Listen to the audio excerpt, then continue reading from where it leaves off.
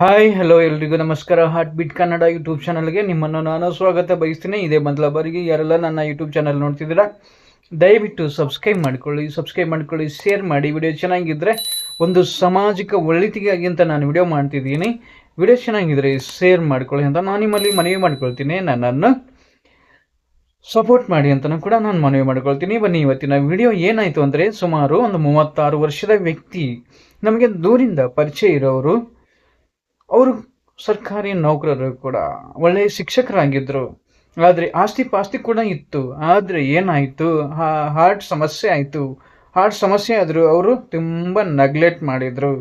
ಏನಾಗಲ್ಲ, ನಾನಿನ್ನೂ ಚಿಕ್ಕವನು, ನನಗೇನಾಗುತ್ತೆ ಅಂತ ಹೇಳ್ಬಿಟ್ಟು ಅವರ ಕೆಲಸದಲ್ಲಿ ನಿರತರಾದರು. ಅವರಿಗೆ ಯಾವುದರಲ್ಲೂ ಕೊರತೆ ಇರಲಿಲ್ಲ, ಆದರೆ ತುಂಬ ಅದರಲ್ಲಿ ಕೊರತೆ ಇತ್ತು. ಆಸ್ತಿ ಪಾಸ್ತಿ ಇತ್ತು, ನೌಕರಿ ಇತ್ತು, ದುಡ್ಡಿತ್ತು, ಆದರೆ ನೆಮ್ಮದಿ ಇರಲಿಲ್ಲ. ಯಾಕೆ ಅಂತಂದರೆ, ತಂದೆ ತಾಯಿ ಅಗಲಿದ್ರು, ಇರೋ ಸಹೋದರ ಸಹೋದರಿಯರು ಅವ್ರನ್ನ ಹಚ್ಕೊಂಡಿರಲಿಲ್ಲ. ಯಾಕೆ ಅಂತಂದರೆ, ಇವರು ಮಾಡೋ ಜಾಬ್ ಅಂದರೆ ಸರ್ಕಾರಿ ನೌಕರಿಯಿಂದ ಬರ್ತಾ ಸ್ಯಾಲ್ರಿ ಅವ್ರಿಗೆ ಕೊಡ್ತಿರ್ಲಿಲ್ಲ. ಇವ್ರ ಪಾಡಿಗೆ ಇವರು ತಮ್ಮ ಆಸ್ತಿ ಪಾರು ಮಾಡ್ಕೊಂಡಿದ್ರು. ಆದರೆ ಅವರ ಸಹೋದರರ ಪಾಡಿಗೆ ಅವರಿದ್ದರು, ಸಹೋದರಿ ಪಾಡಿಗೆ ಅವರಿದ್ದರು. ಇವರ ಆಸ್ತಿ ಇವ್ರ ಜೊತೆಗಿತ್ತು, ಸರ್ಕಾರಿ ನೌಕರಿ ಆದ್ರಿಂದ ಇವ್ರ ಸ್ಯಾಲ್ರಿ ಇವ್ರ ಜೊತೆಗಿರ್ತಿತ್ತು. ಹಾಗಾಗಿ ಸಹೋದರ ಸಹೋದರಿ ಇವ್ರನ್ನ ಹಚ್ಕೊಳ್ತಿರ್ಲಿಲ್ಲ. ಇವರು ಏಕಾಂಗಿ ಆದರು. ದುಡ್ಡಿತ್ತು ಆದರೆ ನೆಮ್ಮದಿ ಇರಲಿಲ್ಲ, ಆಸ್ತಿ ಇತ್ತು ಆದರೆ ಆರೋಗ್ಯ ಕೆಟ್ಟೋಗಿತ್ತು. ಸರಿ ಅಂತ ಹೇಳ್ಬಿಟ್ಟು ಅವರು ಹಾಸ್ಪಿಟ್ಲ್ಗೆ ಹೋಗ್ಬಿಟ್ಟು ಒಂದ್ಸರಿ ಟ್ರೀಟ್ಮೆಂಟ್ ತಗೊಳಕ್ಕೆ ಅಂತ ಹಾಸ್ಪಿಟ್ಲ್ಗೆ ಹೋಗ್ತಾರೆ. ಡಾಕ್ಟರ್ ಹೇಳ್ತಾರೆ, ನಿಮಗೆ ಹಾರ್ಟ್ ಸಮಸ್ಯೆ ಇದೆ. ವಿಡಿಯೋ ಕೊನೆವರೆಗೂ ನೋಡಿ, ಏನಾಗುತ್ತೆ ಅವರಿಗೆ ಕೊನೆಯದಾಗಿ. ಹಾರ್ಟ್ ಸಮಸ್ಯೆ ಇದೆ, ನೀವು ಟ್ರೀಟ್ಮೆಂಟ್ ತಗೋಬೇಕು, ಅಡ್ಮಿಟ್ ಆಗಬೇಕು ಅಂತ ಡಾಕ್ಟ್ರ್ ಹೇಳ್ತಾರೆ. ಬಟ್ ಇವರು ಏನು ಮಾಡ್ತಾರೆ, ನನಗೇನಾಗಿರಲ್ಲ ಅಂತ ಹೇಳಿಬಿಟ್ಟು ಕೆಲವೊಂದು ಟ್ಯಾಬ್ಲೆಟ್ ತಗೊಂಡಷ್ಟು ಮಾಡ್ತಾರೆ, ಮತ್ತೆ ಟ್ಯಾಬ್ಲೆಟ್ ಬಿಟ್ಟಿರ್ತಾರೆ. ಆದರೆ ಸಮಸ್ಯೆ ಉಲ್ಬಣುತ್ತೆ, ಜಾಸ್ತಿ ಆಗುತ್ತೆ. ಇವ್ರ ಜಾಬಲ್ಲಿ ನಿರತರಾಗಿರ್ತಾರೆ, ಕೆಲಸ ಅಂತ ಹೇಳ್ಬಿಟ್ಟು ಬಿಜಿ ಆಗಿರ್ತಾರೆ, ಆರೋಗ್ಯ ಕಡೆ ಗಮನ ಕೊಡಲ್ಲ, ತಮ್ಮ ಕಡೆ ಗಮನ ಕೊಡಲ್ಲ. ಬರ್ತಾ ಬರ್ತಾ ಹಾರ್ಟ್ ಪ್ರಾಬ್ಲಮ್ ಜಾಸ್ತಿ ಆಗುತ್ತೆ. ಮತ್ತೊಂದು ಸರಿ ಹಾಸ್ಪಿಟಲ್ಗೆ ಹೋದಾಗ ಸಿವಿಯರ್ ಹಾರ್ಟ್ ಅಟ್ಯಾಕ್ ಆಗಿರುತ್ತೆ, ಅಂದರೆ ಹಾರ್ಟ್ ಅಟ್ಯಾಕ್ ಜಾಸ್ತಿ ಆಗಿರುತ್ತೆ, ಬ್ಲಾಕೇಜ್ ಜಾಸ್ತಿ ಆಗಿರುತ್ತೆ. ಅವಾಗ ಅಡ್ಮಿಟ್ ಆಗಲೇಬೇಕು ಅಂತ ಡಾಕ್ಟರ್ ನೇರವಾಗಿ ಹೇಳಿಬಿಡ್ತಾರೆ. ಇಲ್ಲಾಂದರೆ ಜೀವಕ್ಕೆ ಅಪಾಯ ಅಂತ ಹೇಳ್ಬಿಟ್ಟು ಹೇಳಿರ್ತಾರೆ. ಹಾಸ್ಪಿಟಲ್ಗೆ ಒಬ್ಬರೇ ಹೋಗಿರ್ತಾರೆ. ನೆನಪಿರಲಿ, ಯಾಕಂತಂದರೆ ಅವರು ತಂದೆ ತಾಯಿನಾಗ್ಲಿರ್ತಾರೆ, ಅಣ್ಣ ತಮ್ಮರು ಸಹೋದರಿಯರು ಅವ್ರನ್ನ ಸೇರಿಸ್ಕೊಂಡಿರಲ್ಲ. ಏನೋ ಫ್ರೆಂಡ್ಸ್ ಸಹಾಯದಿಂದ ಹಾಸ್ಪಿಟಲ್ಗೆ ಅಡ್ಮಿಟ್ ಆಗಿರ್ತಾರೆ. ಸಿವಿಯರ್ ಪ್ರಾಬ್ಲಮ್ ಆಗಿರುತ್ತೆ, ಹಾರ್ಟ್ ಸಮಸ್ಯೆ ಜೊತೆ ಕಿಡ್ನಿ ಸಮಸ್ಯೆನೂ ಆಗಿರುತ್ತೆ, ಶುಗರ್ ಇರುತ್ತೆ, BP ಇರುತ್ತೆ. ಅಡ್ಮಿಟ್ ಆಗಿರ್ತಾರೆ, ಸರಿಯಾಗಿ ನೋಡ್ಕೊಳ್ಳೋರು ಯಾರೂ ಇಲ್ಲ. ಏನು ಮಾಡೋದು? ಹಾಸ್ಪಿಟ್ಲಲ್ಲಿ ಅಡ್ಮಿಟ್ ಆಗಿರ್ತಾರೆ. ಸಡನ್ನಾಗಿ ಅಡ್ಮಿಟ್ ಆದಾಗೂ ಕೂಡ ಅವರು ಟ್ರೀಟ್ಮೆಂಟ್ಗೆ ಸ್ಪಂದಿಸಲ್ಲ, ಕೊನೆಗೆ ಜೀವನೇ ಕಳ್ಕೊತಾರೆ. ಹಾಸ್ಪಿಟ್ಲಲ್ಲಿದ್ದರೂ ಕೂಡ ಟ್ರೀಟ್ಮೆಂಟ್ಗೆ ಸ್ಪಂದಿಸದೇನೆ ಹಾರ್ಟ್ ಅಟ್ಯಾಕ್ ಜಾಸ್ತಿ ಆಗಿಬಿಟ್ಟು, ಬ್ಲಾಕೇಜ್ ಎಲ್ಲ ಜಾಸ್ತಿ ಆಗಿಬಿಟ್ಟು ಜೀವ ಕಳ್ಕೊಂಡಿದ್ದಾರೆ. ನೋಡಿ, ನಾನು ಹೇಳೋಕೆ ಬರ್ತಿದ್ದು ಏನು, ಆಸ್ತಿ ಇದೆ, ನೌಕರಿ ಇದೆ, ದುಡ್ಡಿದೆ, ಸಿಕ್ಕಾಪಟ್ಟೆ ದುಡ್ಡಿದೆ, ಆದರೆ ನೆಮ್ಮದಿ ಇಲ್ಲ, ಮನಸ್ಸಿಗೆ ನೆಮ್ಮದಿ ಇಲ್ಲ. ಅಷ್ಟೆಲ್ಲ ಇದ್ರೂ ಕೂಡ ಸ್ಟ್ರೆಸ್ಸಲ್ಲಿದ್ದರೆ ಮನುಷ್ಯನಿಗೆ ಎಲ್ಲ ಇಲ್ಲ ಅಂದರೂ ನಡೆಯುತ್ತೆ, ಆದರೆ ನೆಮ್ಮದಿ ಇರಬೇಕು. ಎಲ್ಲ ಇದ್ದು ಕೂಡ ಸ್ಟ್ರೆಸ್ ಇದ್ದರೆ ಏನು ಮಾಡೋದು? ನೆಮ್ಮದಿ ಇಲ್ಲ, ಹಾರ್ಟ್ ಪ್ರಾಬ್ಲಮ್ ಜಾಸ್ತಿ ಆಗ್ಬಿಡುತ್ತೆ. ಒಂದು ಜಾಬ್ ಸ್ಟ್ರೆಸ್ ಆಗಲಿ, ಶುಗರ್ ಆಗಲಿ, BP ಆಗಲಿ, ಥೈರಾಯ್ಡ್ ಆಗಲಿ, ತೂಕ ಜಾಸ್ತಿ ಆಗಲಿ, ವಂಶ ಪರಂಪರವಾಗಿ ಹಾರ್ಟ್ ಪ್ರಾಬ್ಲಮ್ ಆಗಲಿ, ಇವೆಲ್ಲ ಇದ್ದರೆ ತುಂಬ ಡೇಂಜರು. ಕೊಲೆಸ್ಟ್ರಾಲ್ ಇದ್ದರೂ ತುಂಬ ಡೇಂಜರು, BP ಜಾಸ್ತಿ ಇದ್ದರೂ ಡೇಂಜರು. ಹಾಗಾಗಿ ಇವರಿಗೆ ಸ್ಟ್ರೆಸ್ಸು ಜಾಸ್ತಿ ಇತ್ತು. ಹೇಗೆ ಅಂದರೆ, ಆಸ್ತಿ ಪಾಸ್ತಿ ಸಿಕ್ಕಾಪಟ್ಟೆ ಇತ್ತು, ನೋಡ್ಕೊಳ್ಳೋರು ಯಾರಿರಲಿಲ್ಲ, ಜವಾಬ್ದಾರಿ ಇವರಿಗೆ.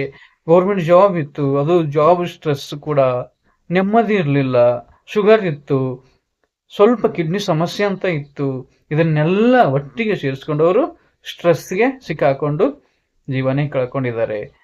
ನಾನು ಹೇಳಕ್ಕೆ ಬರೋದು ಇಷ್ಟೇ, ಎಷ್ಟೇ ದುಡ್ಡು ಇರಲಿ, ಎಷ್ಟೇ ಆಸ್ತಿ ಇರಲಿ, ಪಾಸ್ತಿ ಇರಲಿ, ಸಮಸ್ಯೆ ಅಂತ ಬಂದಾಗ ಟ್ರೀಟ್ಮೆಂಟ್ ತಗೊಳ್ಳಿ. ಹತ್ತಿರದ ಹಾಸ್ಪಿಟ್ಲಿಗೆ ಹೋಗಿ ಮೊದಲು ECG ಮಾಡಿ, ಯಾಕೆ ನೋವ್ತಿದೆ, ಏನಾಗಿದೆ, ಈ ಹಾರ್ಟ್ ಪ್ರಾಬ್ಲಮ್ ಇದೆಯೋ, ಅಥವಾ ಈ ಮೂಳೆಗಳ ಪ್ರಾಬ್ಲಮ್ ಇದೆಯೋ, ಪಕ್ಕೆಲುಬುಗಳ ಪ್ರಾಬ್ಲಮ್ ಇದೆಯೋ, ಮಾಂಸಖಂಡ ಪ್ರಾಬ್ಲಮ್ ಇದೆಯೋ, ಆ್ಯಸಿಡಿಟಿ ಆಗಿದೆಯೋ, ಅಥವಾ ನಮಗೆ ಗೊತ್ತಿಲ್ಲದೆ ಏನಾನ ಬಡ್ಕೊಂಡಿದ್ದಕ್ಕೆ ನೋವು ಆಗ್ತಿದೆಯೋ ತಿಳ್ಕೊಬೇಕು. ಅಂದರೆ ನಾವು ECG ಮಾಡ್ಕೋಬೇಕು. ECG ಮಾಡ್ಕೊಂಡಾಗ ಗೊತ್ತಾಗುತ್ತೆ ರೀ, ಹಾರ್ಟ್ ಪ್ರಾಬ್ಲಮ್ ಇದೆಯೋ, ಹಾರ್ಟ್ ಅಟ್ಯಾಕ್ ಆಗಿದೆಯೋ, ಹಾರ್ಟ್ ರೇಟ್ ಜಾಸ್ತಿ ಇದೆಯೋ, ಹಾರ್ಟ್ ರೇಟ್ ಕಡಿಮೆ ಇದೆಯೋ ಏನು ಅಂತ ಗೊತ್ತಾಗುತ್ತೆ. ಸೊ ನೀವು ಅಷ್ಟು ಮಾಡೋಕ್ಕೆ ಏನು ಜಾಸ್ತಿ ಒಂದಿನ ಬೇಕಾಗಿಲ್ಲ. ಹಾಸ್ಪಿಟ್ಲಿಗೆ ಹೋದರೆ 10 ನಿಮಿಷದಲ್ಲಿ ECG ಮಾಡಿಬಿಟ್ಟು ಡಾಕ್ಟರ್ ರಿಪೋರ್ಟ್ ಹೇಳಿಬಿಡ್ತಾರೆ. ಇಷ್ಟೇ ಮಾಡ್ಬೋದು ನೀವು. ಜೀವ ಇದ್ರೆ ತಾನೇ ಜೀವನ.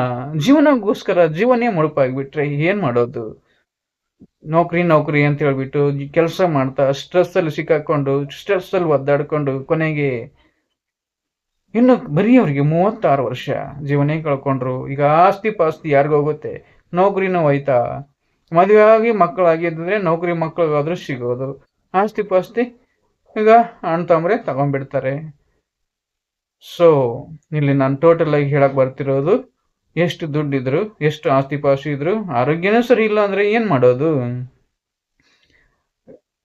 ಅಷ್ಟೇ.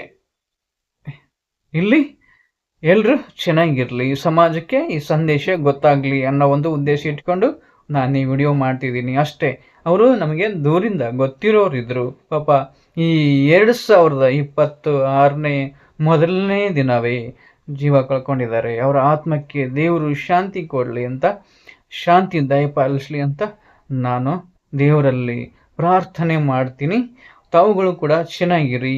ನಿಮ್ಮ ಅಕ್ಕಪಕ್ಕದವರೇ ಆಗಲಿ, ಯಾರೇ ಆಗಲಿ, ಈ ಥರ ಏನೇನೋ ಅಂತ ಈ ಥರ ಸ್ಟ್ರೆಸ್ಸಲ್ಲಿ, ಈ ಥರ ಶುಗರು, ಈ ಥರ BP, ಕೊಲೆಸ್ಟ್ರಾಲು ಏನೇ ಇದ್ದರೂ ಕೂಡ ಸಮಸ್ಯೆ ಇದ್ದರೂ ಟ್ರೀಟ್ಮೆಂಟ್ ತಗೊಳಕ್ಕೆ ಹೇಳಿ. ಈ ಥರ ಡ್ರಿಂಕ್ಸ್ ಮಾಡೋರು, ಸ್ಮೋಕ್ ಮಾಡೋರು, ಈ ಥರ ಎಲ್ಲ ಸಮಸ್ಯೆಯಲ್ಲಿ ಸಿಕ್ಕಾಕೊಂಡವರಿಗೆ ನಿಮ್ಮ ಒಂದು ಒಳ್ಳೆಯ ಮಾತುಗಳು ಅವರಿಗೆ ತಲೆಗೆ ಹತ್ಬೋದು.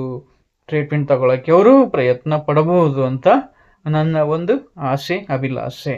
ಏನೇ ಹೇಳಿ ಎಲ್ಲರೂ ಚೆನ್ನಾಗಿದ್ರೆ ಅಂದ್ಕೊಂಡಿದ್ದೀನಿ. ದಯವಿಟ್ಟು ವಿಡಿಯೋನ ಶೇರ್ ಮಾಡಿಕೊಳ್ಳಿ, ನನಗೆ ಸಪೋರ್ಟ್ ಮಾಡಿ ಅಂತ ನಾನು ಮತ್ತೊಮ್ಮೆ ತಮ್ಮಲ್ಲಿ ಮನವಿ ಮಾಡಿಕೊಳ್ತೇನೆ. ಮತ್ತೆ ಮುಂದಿನ ವಿಡಿಯೋದಲ್ಲಿ ಸಿಗ್ತೀನಿ.